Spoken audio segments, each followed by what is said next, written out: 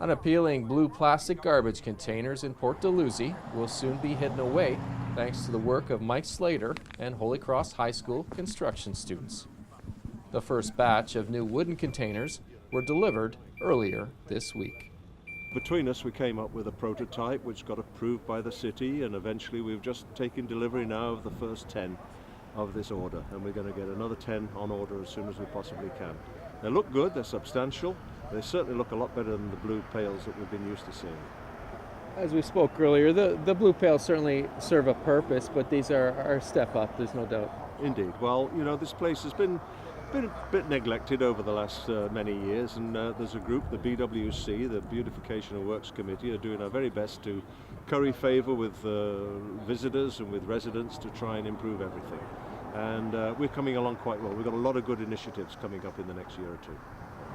What's been the reaction from the city staff that will actually be picking up the garbage? A little more involved process? They had to be consulted and they had to approve of the design, because we couldn't create a work hazard, a lifting hazard, or something that was going to make their job more difficult. So we've done it in such a way that they can manage with them, and they're very happy with it. After putting feelers out to St. Catherine's schools, Slater found a partner with the staff and students of Holy Cross Catholic Secondary School. They asked us if we would do a prototype, and we did do a prototype, and it was okayed by the city and Mterra, the people that pick up the waste throughout the city of St. Catharines and the Niagara region. And we went ahead and we started building them for the Port Dalhousie Beautification Committee. Now, how many are ready to go at this stage? We have 5 right now, another 5 before the end of the month, and then in the second semester of the school year we will be building another 10. What kind of buy-in have you seen from your students? Phenomenal. They jumped on board. They asked if it would go towards their marks, which it did.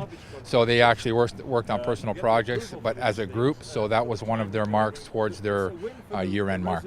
For the design, we just tried to fit it around the bin. Basically, we had to be able to open the doors and make it easy for them to take out the bins without having to lift them over the top of the bins. The actual boxes, right? Now that you've got a few under your belt, is the labor time coming down a bit? Oh, definitely. We have some people cutting and then others putting the project together, and it's definitely bringing the labor time down. What are your thoughts on being involved today on the rollout? I think it's pretty nice to be involved because we're actually doing something for the city that we'll see sitting here for a long time. The Port Dalhousie Beautification and Works Committee also played a key role in the rollout. Their support helped cover the costs of the containers. Those involved are hopeful that this partnership will continue. In Niagara, you're watching The Source.